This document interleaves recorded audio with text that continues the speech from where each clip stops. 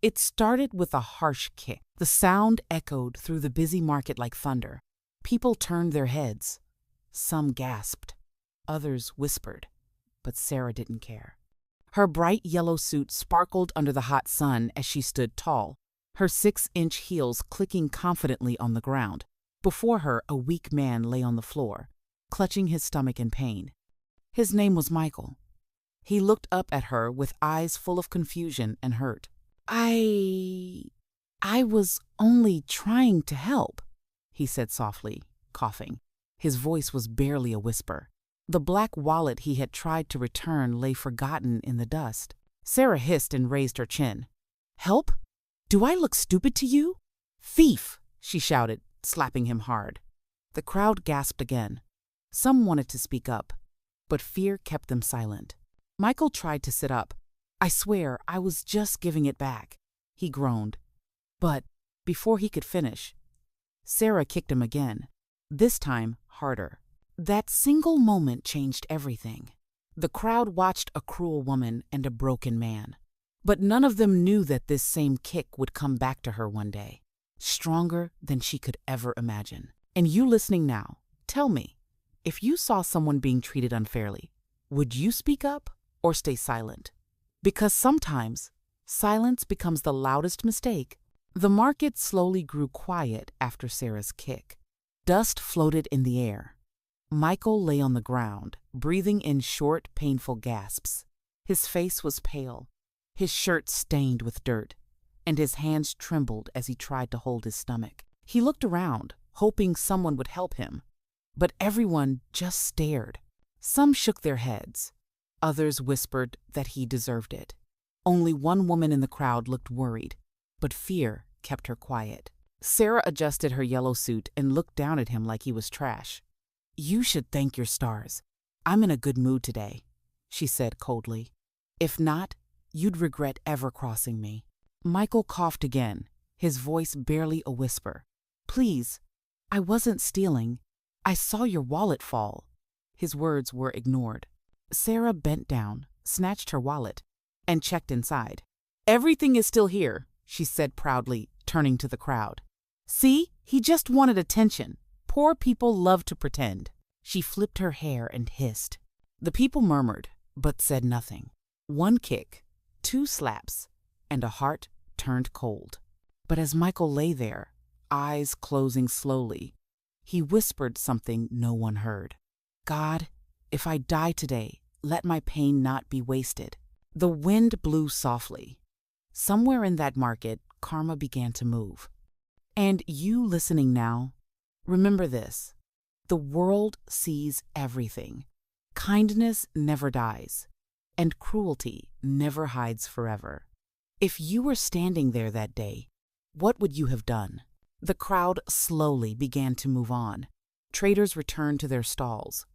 No one looked back at the man who lay in the dust, but one person couldn't walk away.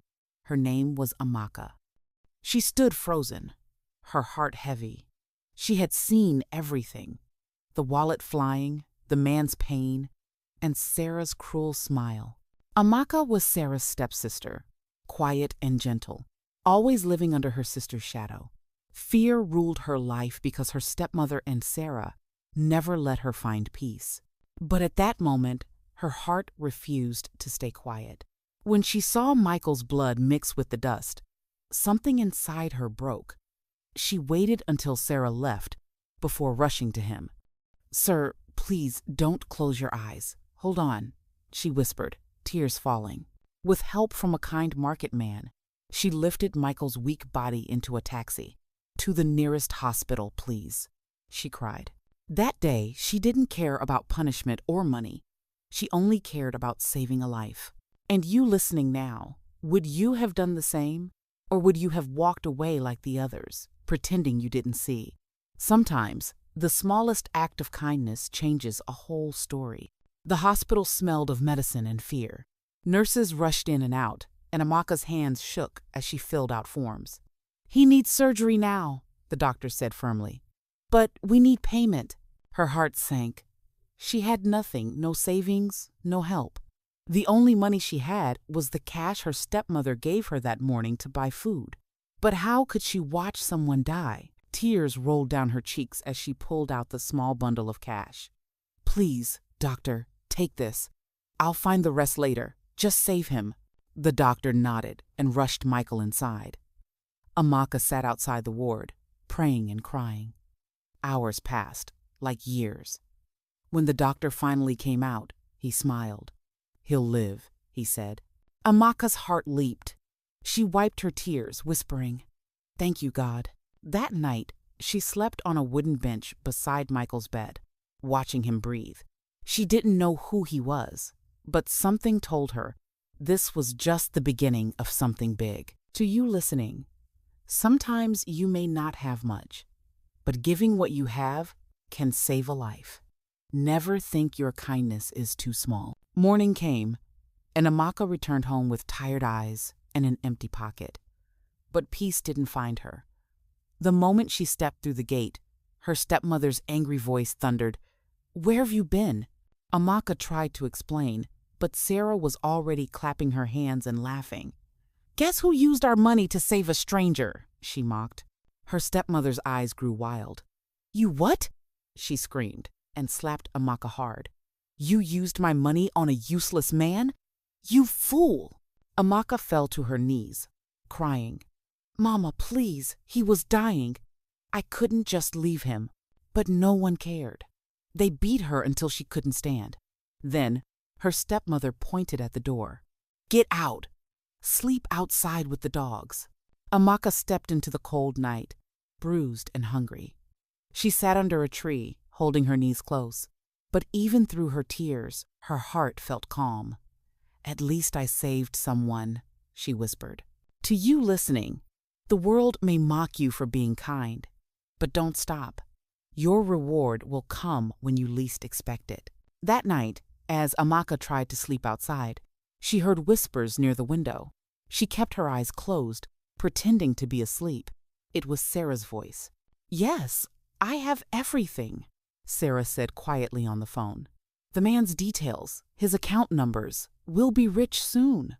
She giggled. Amaka's eyes flew open. Her heart raced.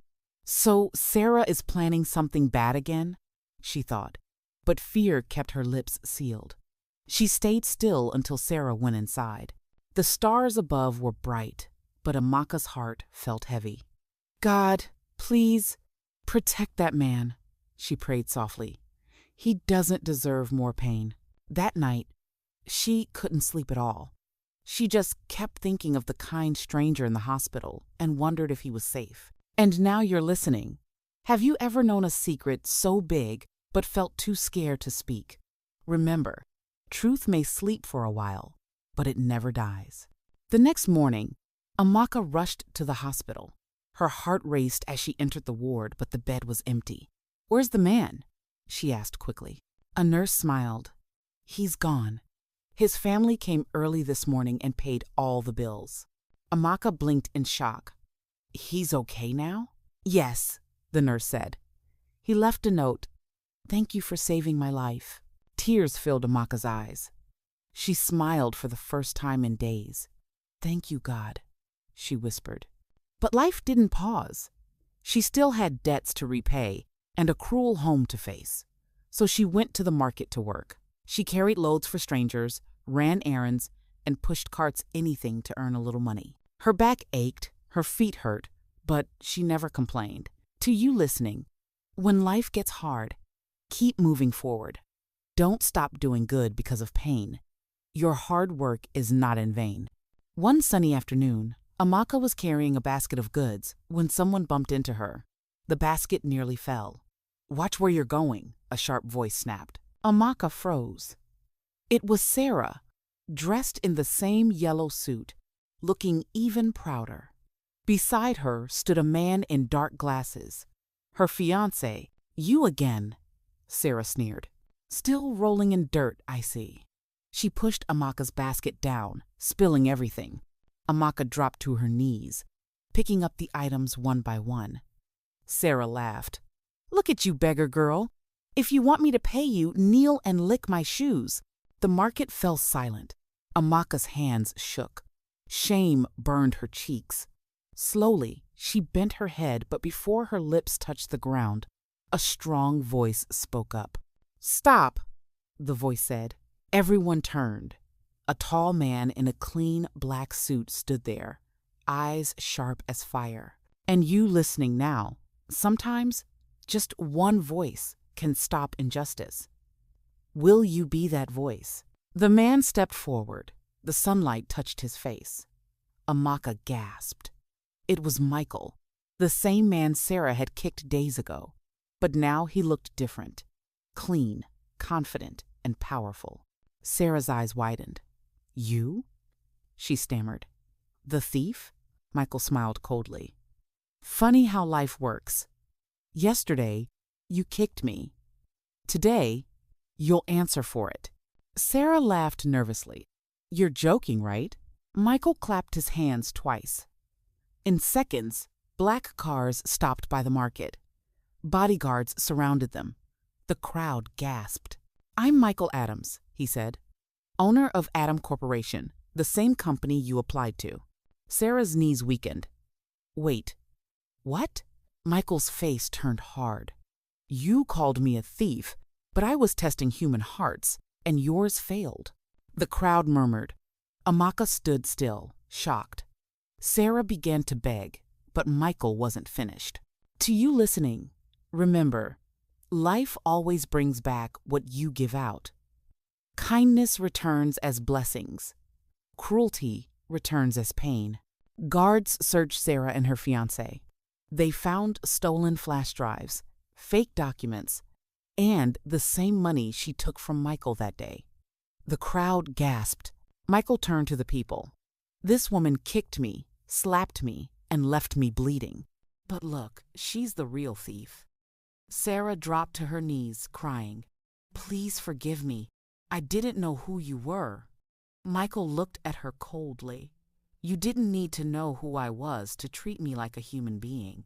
The police arrived. Sarah and her fiancé were taken away.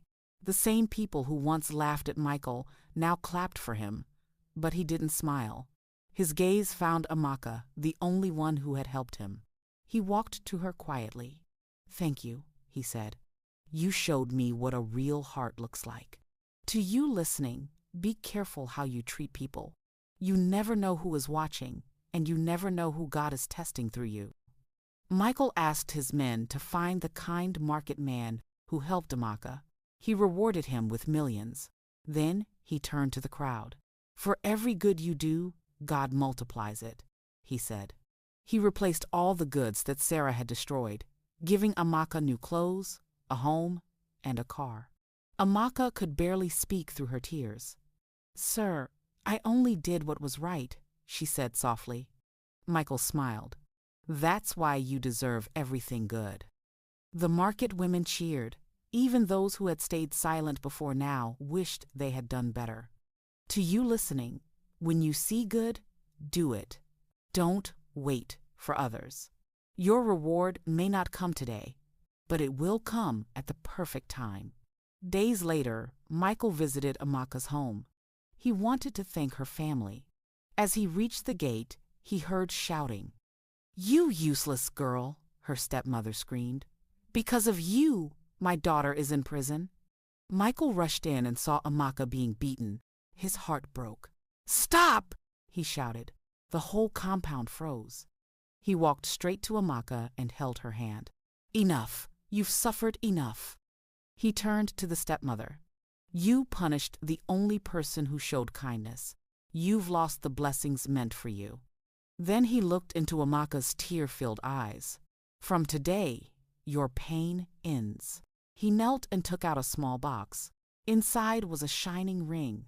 "Amaka," he said softly, "will you marry me?"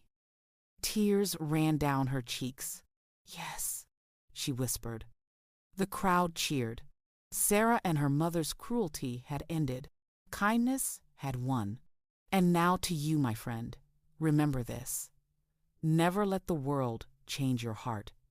Be kind, even when it hurts, because God never forgets a kind heart.